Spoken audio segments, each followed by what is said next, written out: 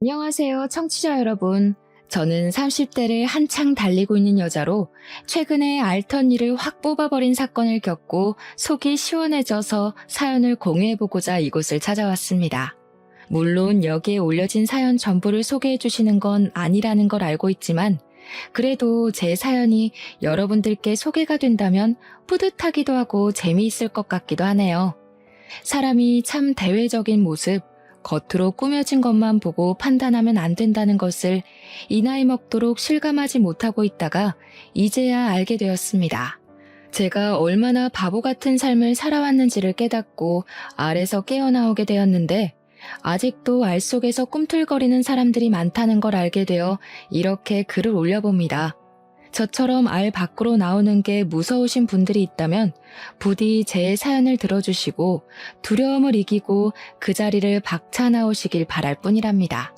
도대체 어떤 일을 겪었길래 이렇게 비장하게 말을 하나 싶으시죠? 지금부터 제 사이다 같은 사연 목구멍으로 꼴깍 넘기실 수 있도록 이야기를 시작하겠습니다. 끝까지 저와 함께 달려주시면서 마지막에 저에게 꼭 잘했다, 용감하다 한마디씩 해주신다면 더할 나위 없이 기쁠 것 같습니다. 그럼 저의 제정신 아닌 시댁, 다시 한번 엉덩이를 발로 차주고 싶은 그 가족들의 이야기를 시작해 보도록 하겠습니다.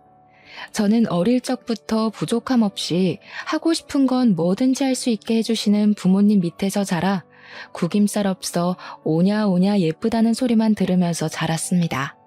부모님께서는 그 어떤 사랑보다 더 귀한 사랑을 주시면서 저의 몸도 마음도 다치지 않게 보살펴 주시면서 저를 키우셨습니다.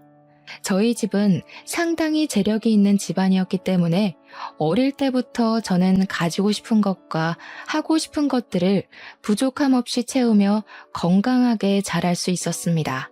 하지만 공부에는 그다지 재능이 없었기 때문에 부모님께서는 저에게 일찌감치 악기를 하나 가르쳐 주시기 시작하셨습니다.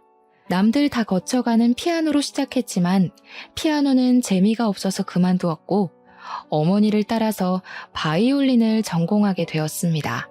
저희 어머니께서는 오랜 시간 바이올린을 연주하셨고 대학 강단에서 강의도 하셨던 재능이 출중한 분이셨기 때문에 저 또한 어머니를 따라 바이올리니스트가 되었습니다.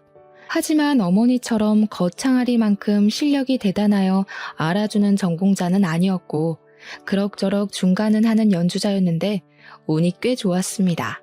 제가 바이올린으로 엄청난 성공을 거두지 않아도 먹고 사는 데엔 문제가 없을 정도로 저희 집이 넉넉한 편이었거든요. 어머니네 집안이 대대로 부동산으로 부를 쌓아 오신 집안이었고 아버지께서는 국내 항공사의 임원직을 맡아 일을 하고 계셨기 때문이었습니다. 어머니의 집안에서는 평생 먹고 사는데 부족함이 없을 부를 쌓으셨기 때문에 저희 가족은 경제적인 여유로움에서 자유를 얻으며 살고 있었습니다. 저희 부모님의 걱정은 오로지 저 하나였는데 제가 사춘기를 지낸 이후부터 부모님께서는 세상에 월급쟁이만큼 안정적인 사람도 없다며 그런 남자를 만나라고 하셨습니다. 집으로 월급을 또박또박 가져다주는 직장에서 일을 하고 있는 사람을 만나라고요. 물론 부모님께서 말하는 직장이 평범한 기업은 아니긴 했지만요. 제가 대학을 졸업한 이후부터는 하루빨리 가정을 이뤄 평범하게 일상을 보내면서 살길 바라셨습니다. 제가 그렇게 모험적인 성격은 아님에도 불구하고 부모님 눈에는 평생 제가 어린아이로만 보이는지 든든한 남자를 만나서 부족함 없이 살길 바라셨습니다. 부모님의 등살에 저는 마치 결혼이 목표인 사람처럼 굴기 시작했고 제가 30살이 되자마자 선을 보러 다니기 시작했는데 마땅히 괜찮은 남자를 한 명도 만나지 못했습니다. 다들 하나같이 나이가 많거나 배가 나왔거나 머리숱이 많이 비었거나 나이가 비슷하면 성격에 문제가 있다거나 하는 불필요한 부분이 먼저 보이기 시작했습니다. 그러다 보니 선을 보러 다니는 것이 조금 지쳤고 제가 운명을 느낄 만한 사람은 이 세상에 존재하지 않는 건가 하는 생각까지 들게 되었습니다. 주위에서는 저에게 결혼정보업체에 가입을 해보라고 이야기를 하기도 하고 실제로 업체 측에서 가입 권유를 받기도 했었습니다. 하지만 그렇게까지 해서 돈을 써가며 남자를 만나고 싶다는 생각은 별로 들지 않더라고요. 선자리는 다 주변 지인분들께서 해주신 자리라 부담이 없기도 했고요. 결혼정보업체는 마치 저를 포장해서 선물 가게에 진열해 놓는 듯한 느낌이 들어서 별로 내키지가 않았습니다. 어머니께서 아는 사람들을 통해 선자리를 받는 게 오히려 인증 같은 것도 좀 더 확실히 되는 느낌이고 운명의 상대를 만나진 못했지만 희망을 걸고 있었습니다. 하지만 저는 30 중반이 막 넘어설 때까지도 괜찮은 사람을 만나지 못했고 제 친구들은 먼저 시집을 가 육아를 시작하게 되었습니다. 제가 눈이 높은 것도 아닌데 괜찮은 사람을 만나지 못하니 점점 자존감이 떨어졌고 친구들도 저에게 아무나 만나라는 식으로 이야기를 하더라고요. 동화 속 주인공도 아닌데 한눈에 반할 만큼 괜찮은 왕자님을 어디서 만나겠냐며 적당히 조건 보고 결혼을 하라는 소리를 들으니까 점점 그렇게 해야 하나 하는 굴레에 갇히게 되었습니다. 그러던 어느 날 어머니 지인분이 정말 괜찮은 사람이 있다고 한 번만 만나보라고 어머니를 통해서 자리를 마련해 주셨습니다. 그 자리에서 만나게 된 사람이 바로 제 남편이었는데 처음에는 남편의 인상이 강렬하고 선이 두꺼운 마초 같은 남자 이미지라서 호감이 가긴 했습니다. 저는 비리비리한 사람보다는 체격도 좋고 얼굴선이 굵어서 진하게 생긴 사람을 좋아했는데 남편이 딱 제 이상형에 가까운 얼굴을 가지고 있었거든요. 매너도 깔끔하고 성격도 좋고 저에게 잘 맞춰주는 사람이라 괜찮다 싶어서 두어 번 더 만나게 되었는데 남편이 5번째 만남에 저에게 그러더라고요. 이렇게 의미 없게 만나봐야 서로에게 가식적인 모습만 보여주게 될 것 같으니 이런 단계를 전부 건너뛰고 결혼을 하자고 말입니다. 고백도 얼마나 마초 스타일로 하던지 저는 홀라당 반해버리고 말았습니다. 그 전에 만났던 뭔가 하나씩 부족했던 사람들과 비교했을 때 제 남편은 백마탄 왕자님이나 다름없는 사람처럼 보였습니다. 외적인 모습에서만 봐도 자기 관리가 잘 되어 있고 입고 다니는 옷도 멀끔하고 패션 센스도 있었고요. 경제적으로도 무척이나 안정되어 있는 사람이었습니다. 제 남편 직업이 변호사거든요. 제가 만났던 그저 그런 회사에 다니는 사람들과는 비교가 되지 않는 직업이었습니다. 이 남자보다 괜찮은 남자가 나타날까 고민도 되었고 제 나이가 35살을 넘어가는 시점이었기 때문에 조바심이 나기도 했고요. 무엇보다 제가 철이 좀 없는 스타일이라 탱자탱자 놀기만 했고 바이올린만 그나마 열심히 하긴 했는데 바이올린으로 성공하지도 못했거든요, 사실. 영혼을 실은 그런 실력을 가진 사람은 아니라서 유명한 연주가도 아니었고 평범한 교향악단에 소속되어 있는 사람이었어요. 남편은 저에게 저 하나 먹여 살릴 능력은 되니까 같이 살자고 이야기를 하는데 우리 집에서도 제가 빨리 결혼을 하길 바라기도 했고 친구들도 그렇고 그냥 충동적으로 결혼합시다 하면서 고개를 끄덕이게 되었습니다. 결혼을 하기로 했다고 집에 이야기를 하니까 당연히 부모님께서는 너무나도 좋아하셨죠. 거기다가 직업이 변호사라고 하니 평생 돈 걱정은 없겠다고 하셨고요. 남편이 저희 집에 찾아와서 인사를 드리는데 아버지께서도 법조계 쪽으로 아는 분들이 꽤 많으셨기 때문에 남편에게 이것저것 물어보셨습니다. 자네는 어디 로펌에서 일을 하고 있나? 상속 전문? 기업 전문? 아니면 기업에 소속된 변호사인가? 아니요. 저는 땡땡 변호사 사무실에 있습니다. 아버지는 처음 듣는 로펌 이름인지 고개를 갸우뚱하시면서 어디에 있는 로펌이냐며 대표가 누구냐 이런 질문을 하셨는데 남편이 뻔뻔하게 대답을 하더라고요. 본인 대학 선배가 대표로 있는데 같이 하자고 해서 다른데 취업하기도 어렵고 그냥 거기 들어가서 사건이 들어오면 수임료 챙기면서 일을 하고 있다고 했습니다. 저도 남편이 변호사라는 것만 알고 있었지 한 달에 얼마를 버는지 얼만큼 일이 들어오는지까지는 모르고 있었기에 조금 놀랐죠.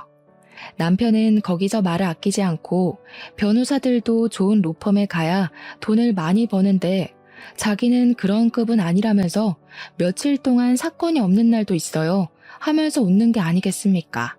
그 말을 듣자마자 아버지의 표정이 상당히 미묘하게 구겨지는데 사건이 없으면 수임료도 없는 거니까 한마디로 무급이라는 소리를 하고 있는 게 아니겠습니까?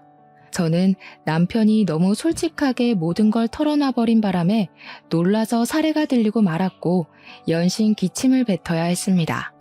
그 이후에 상견례 자리를 가지게 되었는데 그 자리에서 이런저런 이야기를 나누다가 남편의 사무실에 사건이 없다는 이야기가 다시 한번 나오게 되었습니다.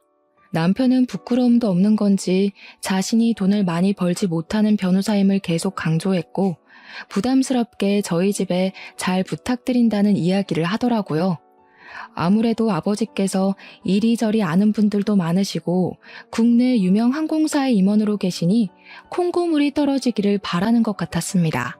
저는 그 상견례 자리에서 그런 이야기가 나오는 것에 불편함을 느끼고 남편에게 조용히 그만하라는 식으로 이야기를 했는데 그걸 시모가 본 것 같았습니다. 시모가 눈을 뾰족하게 뜨면서 그 자리에서 저에게 핀잔 섞인 말투로 이야기를 하더라고요. 변호사 되는 게 뭐 쉬운 일인 줄 아니? 사건이 없으면 세상이 평화롭고 좋다는 뜻인 거지. 앉아서 악기만 다룬 애가 이 섬세한 직업을 뭘 알겠니? 악기를 다루는 일이 얼마나 섬세한 작업인데 우리 딸에게 그런 소리를 하십니까? 시모가 저를 꾸짖듯이 이야기를 하자 어머니께서 순간 발끈하셔서 시모에게 한 소리를 하셨습니다. 웃기게도 저를 잡아먹을 듯이 이야기하던 시모는 어머니께서 개입을 하자 바로 깨갱하시면서 서둘러 다른 주제로 말을 바꾸시더라고요. 어머니께서는 은근히 불편해하시고 시모는 눈치를 보는 상황이 지속되었지만 상견례 자리인 만큼 결혼에 대한 이야기를 나눠야 했기에 아버지와 시부는 조율을 하셨습니다. 결혼식은 어디서 할지, 손님이 몇 명이나 올지, 청첩장은 얼마나 찍을지 그런 상투적인 이야기가 오가고 식사 자리가 마무리되었습니다. 끝까지 어머니께서는 불편해하셨고 시모는 우리 집이랑 사돈을 맺고 싶긴 했는지 그런 어머니의 비위를 맞추시더라고요. 집으로 돌아오는 길에 어머니께서는 악기하는 걸로 트집을 잡는 집안이랑은 사돈 맺기 싫다고 말을 하셨는데 아버지께서 그런 어머니를 진정시키셨어요. 옛날 사람들은 악기하는 걸 그렇게 볼 수 있다고 노동이 최고인 줄 아는 사람들이 있지 않냐면서 그냥 이해하자고 하셨습니다. 아무튼 구색 맞출 거 다 맞춰서 결혼을 했는데 저는 결혼을 하고 나서 저에게 그런 10월드가 열릴 것이라는 생각은 꿈에서도 해본 적이 없었습니다. 신혼여행을 다녀왔는데 남편에게 누나가 둘이 있었단 말입니다. 그러니까 저에게는 신우가 되는 사람들인데 상상보다 더 뻔뻔한 철면피들이었습니다. 저한테 절대로 자기네들은 신우집 같은 거 안 한다고 할 생각도 없다고 하더니 신혼여행 다녀오자마자 선물은 없냐고 저보다 봉투를 더 반기더라고요. 제가 혹시 몰라서 사놓은 선물을 드렸거든요. 면세점에서 사온 보디 제품이랑 립스틱을 드렸는데 엄청 실망한 얼굴로 저한테 이게 전부냐고 물어보더라고요. 그럼 뭐 제가 신우들 주려고 백이라도 사와야 했었나요? 하고 말을 하고 싶었지만 꾹 참고 그게 요즘 유행이래요 하면서 얼버무렸습니다. 신우들이 저한테 본인들 나이가 40을 넘겼는데 지금 유행 따지게 생겼냐면서 구시렁거리더라고요. 자기들 나이에는 비싼 게 최고인데 하면서 둘이 손발이 어찌나 척척 잘도 맞던지 저한테 뭐라 할 때만큼은 절친 같았습니다. 시자 노릇 같은 거 안 할 거라고 하더니 안 하기는 개뿔이죠. 그러더니 신우가 저한테 요즘 유행하는 애들이랑 거리가 먼 것 같은데 별걸 다 챙긴다고 하더라고요. 제가 왜요? 하고 물어보니까 손톱에 네일아트 같은 것도 하나도 안 한다면서 누가 요즘 그렇게 손톱을 바짝 깎냐고 하더라고요. 원래 악기하는 사람들은 손톱 기르면 안 되거든요. 그래서 악기를 해서 그렇다고 이야기를 했죠. 근데 시모가 싹 대화에 끼어들더라고요. 손톱에 그 번쩍이고 그런 거 안 발라서 얼마나 좋니? 매니큐어 같은 거 바르면 쌀알 씻다가 들어갈지도 모르고. 우리 아들이 그런 밥 먹으면 안 되지. 그 말 듣자마자 손톱에 매니큐어를 잔뜩 바르고 싶어지더라고요. 어쩜 말을 해도 저렇게 기분 나쁘게 말을 할 수 있는지 참. 아무튼 쎄한 기분을 안고 신혼생활을 시작했는데 남편이 변호사 사무실에 출근을 했다가 안 했다가 들쑥날쑥 일을 하더라고요. 저는 교양악단에 소속되어 있었기 때문에 일주일에 5번씩 연습실에 나가야 했는데 시간이 유동적인 편이긴 했거든요. 오전 10시부터 오후 4시까지 연습을 하러 나갔죠. 근데 변호사면 저보다 당연히 바빠야 정상인데 너무 집에서 놀고 있길래 일 안 나가냐고 물어봤더니 폰게임이나 하면서 대꾸를 하더라고요. 요즘 일이 없어서 파리만 날려. 우리 사무실 월세 못 내가지고 건물주가 문 닫아버렸잖아. 뭐 잠금 장치 걸어놨던데? 그래서 출근 못해. 저는 그 말에 너무 어이가 없어서 다시 한번 물어봤는데 돌아오는 대답은 똑같은 소리였습니다. 변호사 둘이서 일을 얼마나 안 하면 사건 수임이 들어오지 않아서 월세도 못 내고 쫓겨나 집에서 휴대폰 게임이나 하고 앉아있단 말입니까? 변호사식이나 되어서 그런 일도 법으로 어떻게 못한다는 게 너무 바보 같고요.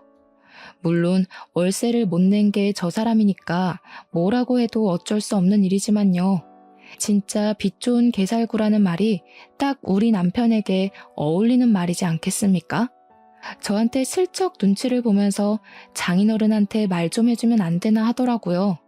한마디로 월세를 우리 아버지 보고 대신 내달라고 부탁이라도 드리고 싶다는 소리였습니다. 월세를 내야 자기들도 사건 수임을 받지 않겠냐면서요. 결혼한 지 3개월밖에 되지 않았는데 돈 타령을 하니까 저도 너무 당황스러워서 아버지에게 말을 해야 하나 말아야 하나 고민을 하다가 부탁을 드렸습니다. 그러니까 아버지께서 화들짝 놀라시면서 월세를 못 낼 정도로 사건 수임이 안 되는 사무실이냐고 차라리 국선을 하라고 하지 하시는 거예요. 남편에게 이야기를 하니까 머리를 벅벅 긁으면서 국선도 나쁘진 않은데 인식이라는 게 있지 않겠냐고 말을 하더라고요. 국선 변호사 하면 약간 공짜 변호사 같은 느낌이 있잖아. 나중에 수임료도 후려치기 당한다고 뜬 소문도 많고. 당장 월세도 못 내는 주제에 이거저거 따지는 꼴이 한심해 죽겠더라고요. 아무튼 아버지께서 도와주신 덕분에 다시 사무실 운영을 시작했습니다.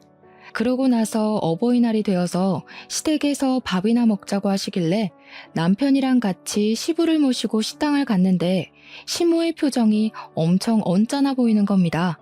왜 그런가 저도 눈치만 살살 보고 있었는데 제가 선뜻 시모에게 말을 걸지 않자 시모가 먼저 이야기를 하더라고요. 며느리식이나 되어서 일찍 와서 식사를 차려줄 생각은 안 하고 밖에서 사 먹을 생각밖에 안 하니? 우리 아들이 벌어온 돈을 그렇게 물쓰듯이 쓰는 거야?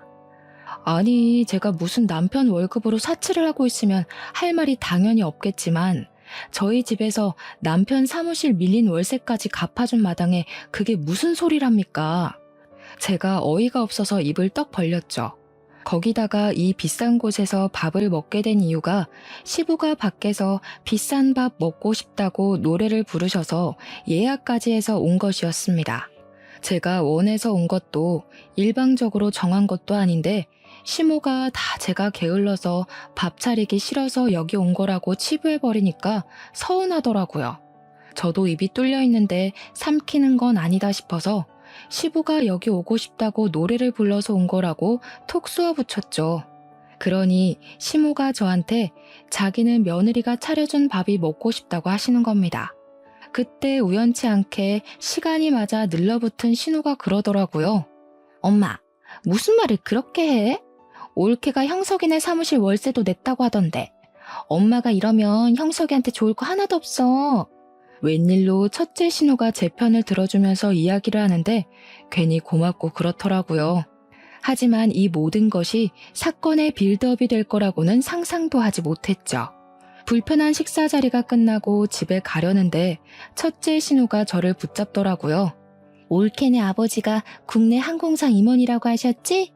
내가 다른 건 아니고 이번에 우리 시댁이랑 같이 해외여행을 가거든. 좌석 업그레이드 좀 해주라고. 그게 가족 한정이라서요. 아마 안 될걸요? 어머, 임원 백이라는 게 있잖아. 그리고 나랑도 올케랑 가족으로 묶인 사이 아니야? 부탁 좀 할게. 전부 다 꿍꿍이가 있어서 제 편을 들어주는 척했던 것이었습니다. 저는 이건 아니다 싶어서 안 될 것 같다고 우리 아버지께서 부탁을 한다 해도 규정이라는 게 있다고 말을 했습니다. 보통 저 정도로 말을 하면 다들 포기를 하고 알겠다고 하는데 신우는 정말 끈질기게 말을 하더라고요. 그럼 어떡해? 내가 시댁에 이미 다 자랑해놓고 비즈니스 좌석에 모시겠다고 했는데. 그럼 올케가 사비 들여서 업그레이드 해줘. 나도 체면이라는 게 있는데 이게 다 올케 탓이잖아. 아니 신우, 이런 식으로 일방적으로 통보를 하는 법이 어디 있어요. 저한테 물어보고 하신 것도 아니고. 제가 왜 사비를 써서 신우 시댁 자리를 업그레이드 해드려요? 그러니까 신우가 저한테 애원을 하기 시작하는데 이미 시댁에 자랑 다 해놨다. 시부모는 비싼 좌석 타는 줄 안다. 자기 체면 좀 살려줘라. 온갖 말을 다 하더라고요. 때를 쓰고 박박 우기기도 하고 피곤해서 뿌리치고 가려고 하는데 식당 주차장에서 실랑이를 벌이고 있으니 시모가 다가오셨습니다. 너네 왜 그러냐고 무슨 일이냐고 하는데 신우가 선수를 쳐서 지한테 유리하게 이야기를 하는 게 아니겠습니까? 마치 제가 되는 걸 안 되는 것처럼 한 것 마냥요. 사돈 어른한테 비행기 좌석 업그레이드 좀 해달라고 부탁했더니 안 된다고 제가 단칼에 잘랐다고요. 아니, 앞뒤 사정 다 빼고 그렇게 이야기를 하면 어떡합니까? 그런 걸로 유세를 떠내 만회하는데 제가 어이가 없어서 이대로 넘어가면 호구 잡히겠다는 생각이 들었죠. 한 번이 어려운 거지 이런 부탁은 한 번 들어주면 두 번, 세 번 부탁하게 되기 마련이거든요. 제가 언제 유세를 떨었어요? 신우가 먼저 통보하듯이 저한테 말한 거잖아요. 이러시면 저도 곤란하죠. 그러니까 시모가 혀를 끌끌 차면서 임원이라고 우스대더니 이런 거 하나 못 해주는 거냐고 시댁 부탁이면 자다가도 일어나서 해줘야 하는 거 아니냐고 하더라고요.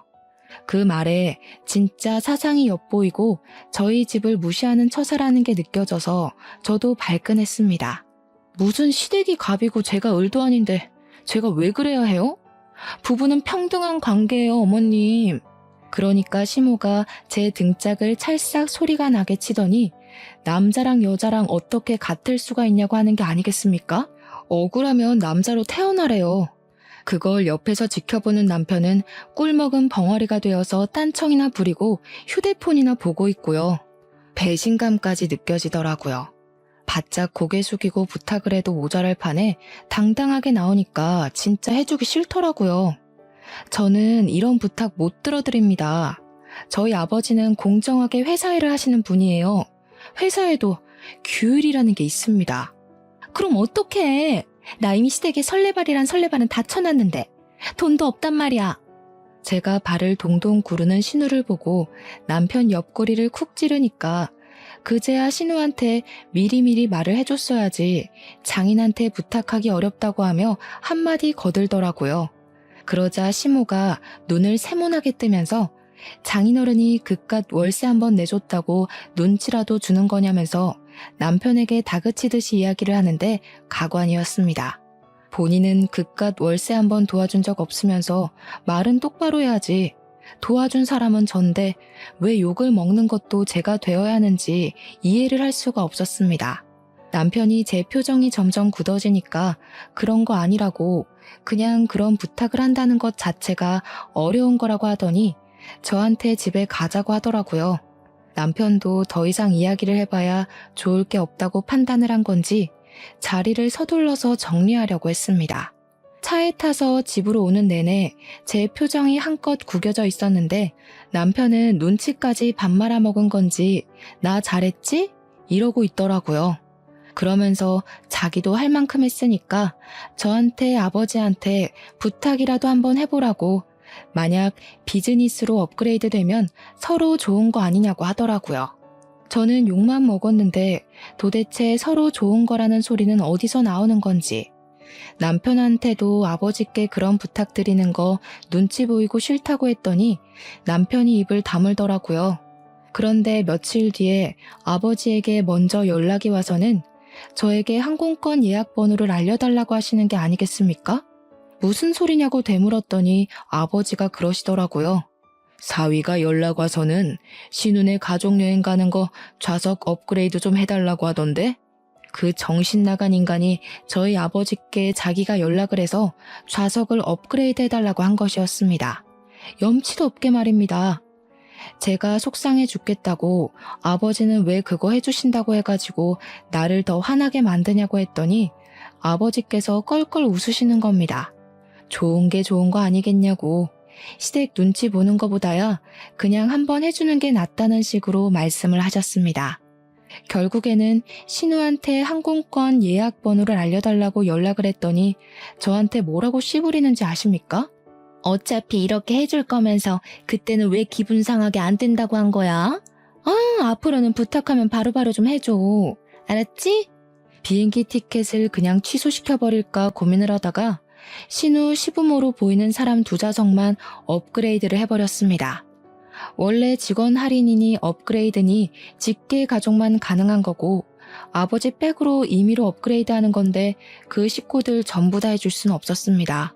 그러니까 여행에 다녀와서 신우가 저한테 쪽팔려 죽는 줄 알았다고 난리 법석을 떠는 게 아니겠습니까? 자기들도 당연히 비즈니스 좌석 해줄 줄 알고 한껏 으스댔는데 시부모 자리 2개만 해줄 수 있냐고 하면서 그렇게 안 받는데 올케 뒤끝 대박이라고 하더라고요. 해준 걸 감사하게 생각할 줄도 모르고 말입니다. 좌석값만 2배 차이가 나는데요. 그러면서 면세에서 제 선물 하나를 안 사온 거 있죠? 아니, 우리 아버지께서 좌석 업그레이드를 규정까지 어겨가며 해주신 건데 빈손이 말이나 되냐고요. 적어도 우리 아버지 선물로 양주 한 병 정도는 사와야 하는 거 아니냐고 남편에게 불이 나게 따졌습니다. 그러니까 남편이 속 터지게 장인어른 부자잖아. 양주값이 한두 푼도 아닌데 부담됐나 봐 하는 거예요. 우리 아버지 덕분에 비행기 좌석값 절약했으면 당연히 그런 성의는 보여야 하는 거 아니냐고 했더니 지네 누나가 그럴 돈이 있었으면 돈 주고 비즈니스 끊고 가지 않았겠네요. 그러면서 장인어른도 치사하다고 누나 좌석까지 업그레이드 해주지 이러고 있는 거예요. 진짜 상식이라는 게 없는 사람인가 싶었습니다. 그 이후에는 한동안 또 조용하게 잘 지내고 있었습니다. 조용할 땐 그렇게 평화롭고 행복할 수가 없어요. 하지만 간혹 가다가 시모가 연락해서는 우리 아들 밥은 잘 챙겨주고 있는 거 맞냐? 빨래는 제대로 해주고 있냐? 옷은 꼭 다려줘라 할 때마다 속이 뒤집어지곤 했습니다. 꼭 끝에는 우리 아들이 무려 변호사씩이나 되는데 잘 모시고 살아라 하면서 끊으시거든요. 월세도 못 내는 변호사인데도요. 그렇게 결혼한 지 8개월 차가 되었을 때 차를 받게 되었습니다. 그 차가 무슨 차냐면요. 우리 아버지께서 남편이 국산 중고차를 타는 거 보고 이제 우리 집 식구가 됐고 변호사인데 결혼 선물로 차 한 대를 사주고 싶다고 하셔서 구매한 겁니다. 무려 외제차를 일시불로 턱하니 사서 주셨고 물론 명의는 제 명의지만 남편이 출퇴근할 때 타고 다니라면서 사주신 차였습니다. 차를 받았으니 보험을 가입하는데 제가 운전자 부부 특약을 넣으려고 했었거든요. 제 명의라서 보험자 명의는 저여야만 하고 남편이 타고 다닐 차니 부부 특약이 딱이다 생각했죠. 그런데 남편이 굳이 모든 운전자가 가능한 비싼 보험을 들으라고 하는 게 아니겠습니까? 이해가 안 가서 왜 그래야 하냐고 물어봤습니다. 아니, 내가 외제차를 결혼 선물로 받았다고 자랑을 했더니 우리 둘째 누나가 타보고 싶다고 난리를 치잖아. 우리 아빠가 사준 차를 왜 둘째 신우가 타보고 싶어해? 그럼 조수석에 태워. 운전을 시킬 필요가 있어? 우리 누나 차 봤지? 엄청 오래된 경차잖아. 가끔 놀러 갈 때 기분 내고 싶다고 차 좀 빌려달라고 하길래 알겠다고 했거든. 이게 네 차야? 우리 아빠가 내 명의로 사준 차야. 너 출퇴근할 때 쓰라고 사준 차지만 내 명의 내 차라고.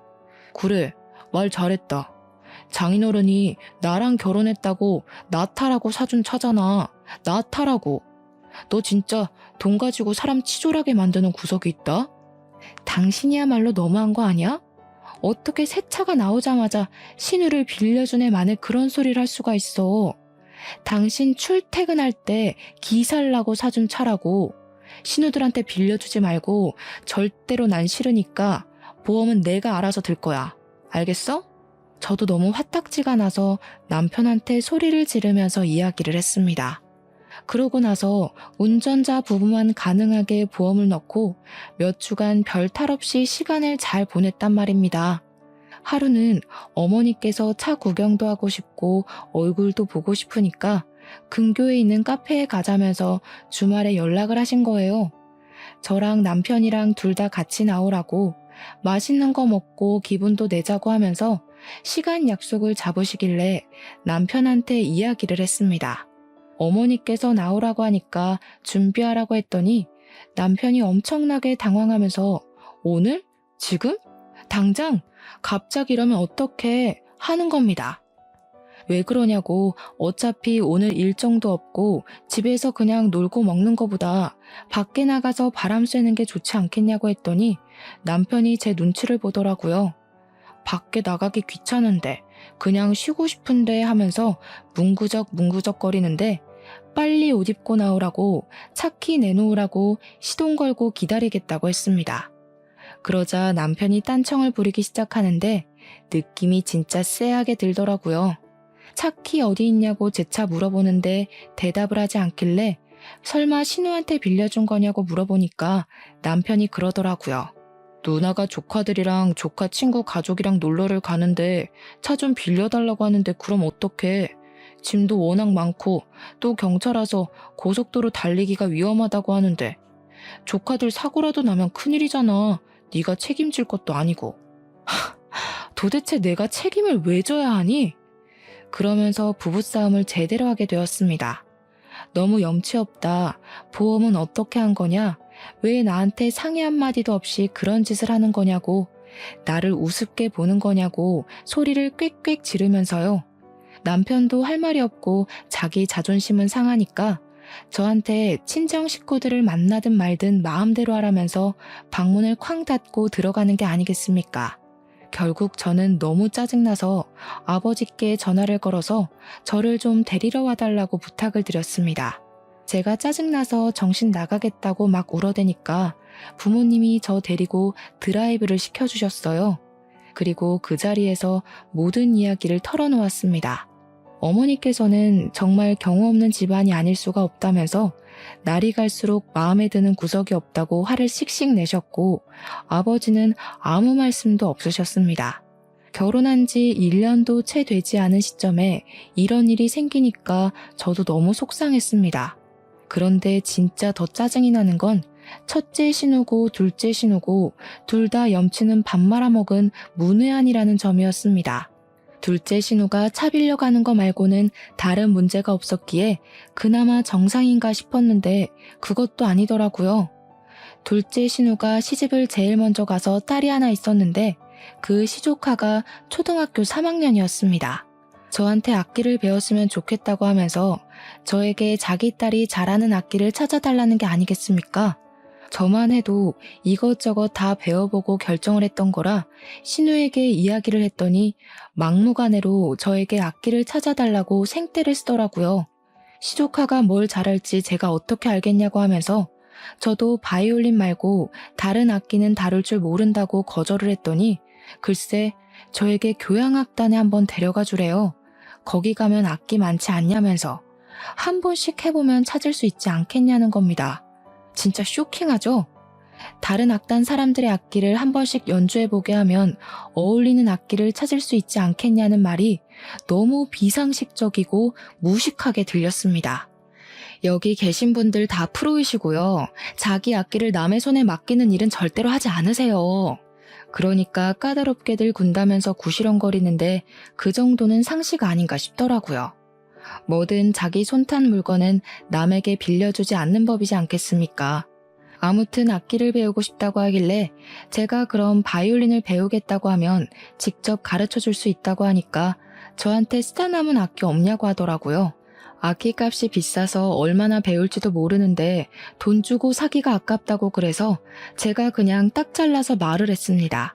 돈 걱정하실 거면 악기는 하지 않는 게 좋겠다고요.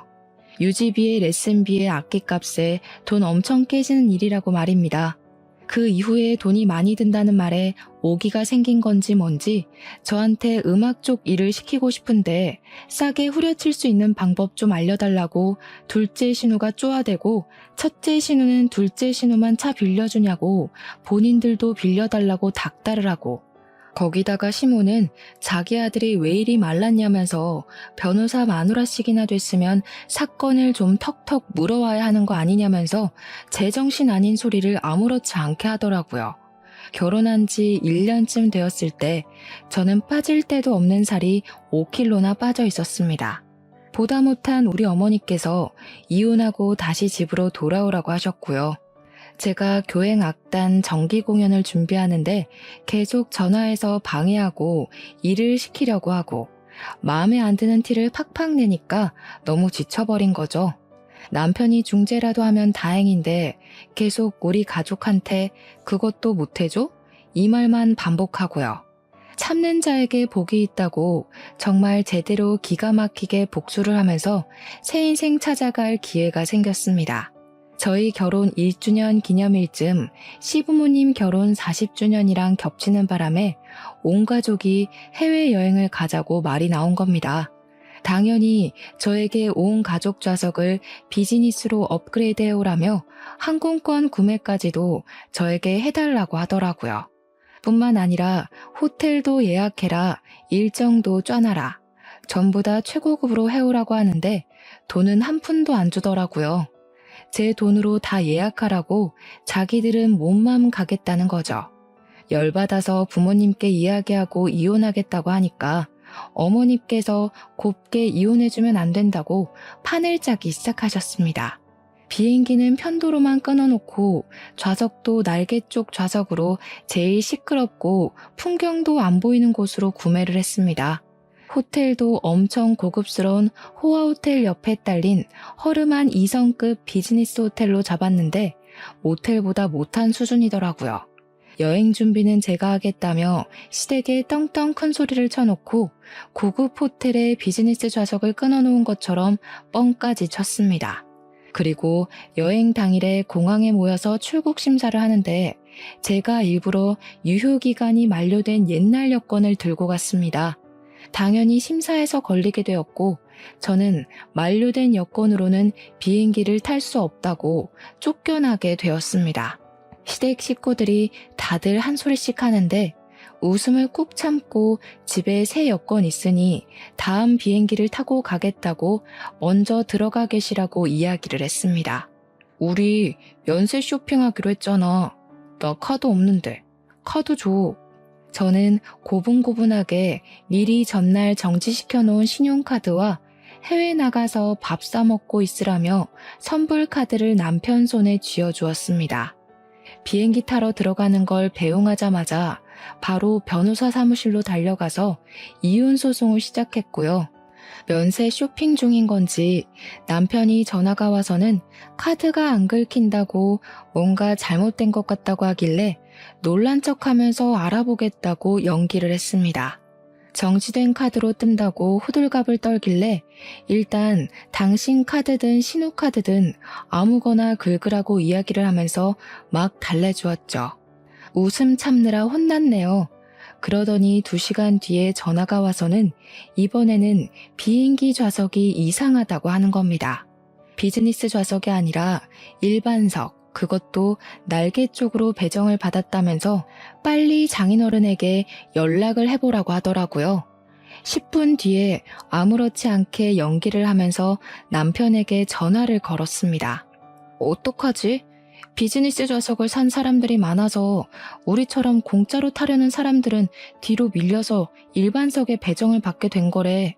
다들 구시렁거리는 소리가 전화기 너머로 들리더라고요. 진짜 얼마나 웃기던지 눈물까지 났습니다. 저는 숙소는 땡땡 호텔로 찾아가면 된다고 마지막 피날레까지 전해준 뒤 이혼 소장을 접수하고 짐도 전부 친정으로 옮겨버렸습니다. 포장이자까지 미리 예약해서 처리하니 편하더라고요. 그리고 나니까 새벽 2시쯤 해외에 도착한 남편에게서 다시 한번 전화가 걸려왔습니다. 진짜 이거 왜 이래? 호텔에 왔더니 예약 내역이 없대.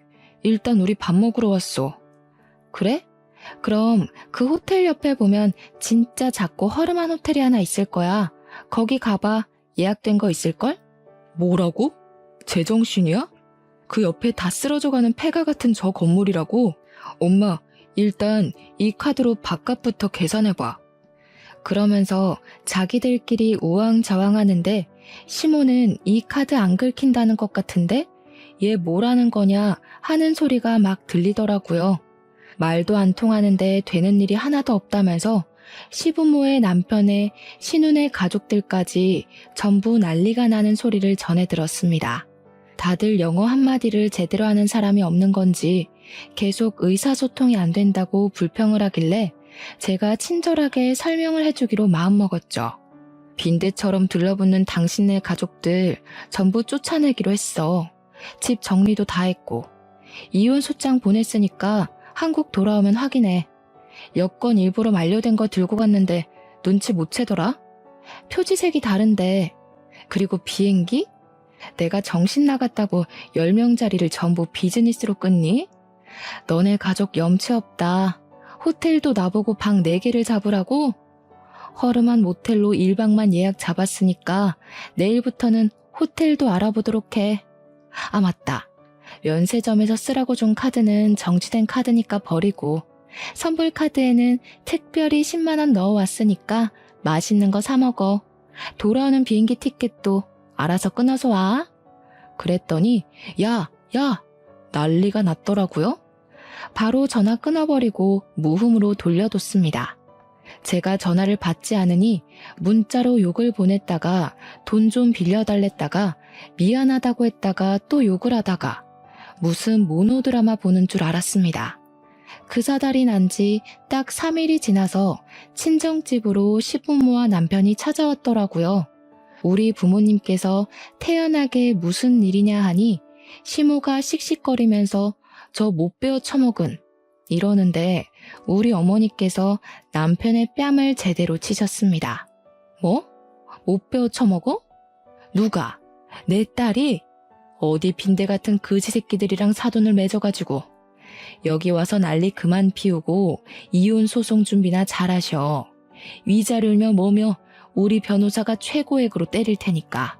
이번 여행에서 돈 좀 썼을 텐데 준비 잘하라고.